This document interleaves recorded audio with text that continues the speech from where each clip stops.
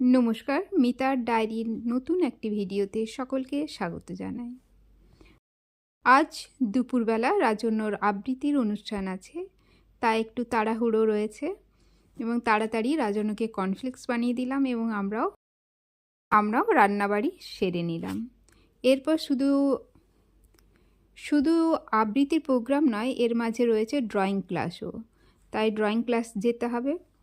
Drawing class থেকে তাড়াতাড়ি ফিরে খুবই তাড়াহুড়ো করে আমরা খাবার খেয়ে বেরিয়ে পড়লাম অনুষ্ঠানের জন্য। অনেকটাই দেরি হয়ে গেছিল এবং রাস্তায় অটো তেমন পাওয়া যায় না দুপুরবেলা, একটু দুপুর হলেই, এবং রুটের অটো তো থাকেই না, রিজার্ভ করতে হয়। রিজার্ভ করেই আমরা পৌঁছালাম সৃজনী অডিটোরিয়াম। এই প্রথমবার এই অডিটোরিয়ামে রাজন্যর প্রোগ্রাম, তাই এসে বুঝতে পারছিলাম না কোন দিক দিয়ে এন্ট্রান্স। আর বাচ্চাদের তো বাড়িতে জল তেষ্টাও পায় না, টয়লেটও পায় না। বাড়ি থেকে বেরোলেই টয়লেট আর জল তেষ্টা পায়, তাই টয়লেট সন্ধান করতে করতে টয়লেটের দিকে এলাম। তারপর এদিক ওদিক একটু ভালো করে ঘুরে দেখে ভেতরে এলাম প্রোগ্রাম দেখতে। তখন আরও যারা পার্টিসিপেন্ট ছিল তারা এসে পৌঁছায়নি। রাজন্যই ওদের গ্রুপের মধ্যে প্রথম পৌঁছালো। স্যার ওকে বসতে বললেন।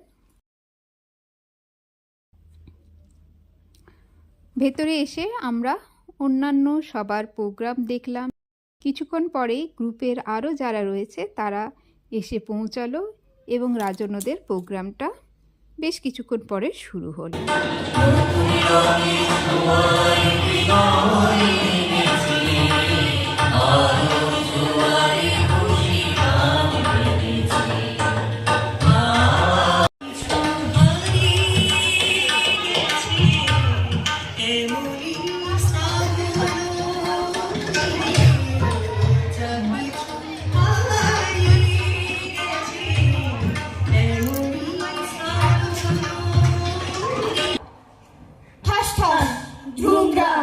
শুনে লাগে খটকা, ফুল ফোটে তাই বলো, আমি ভাবি পটকা।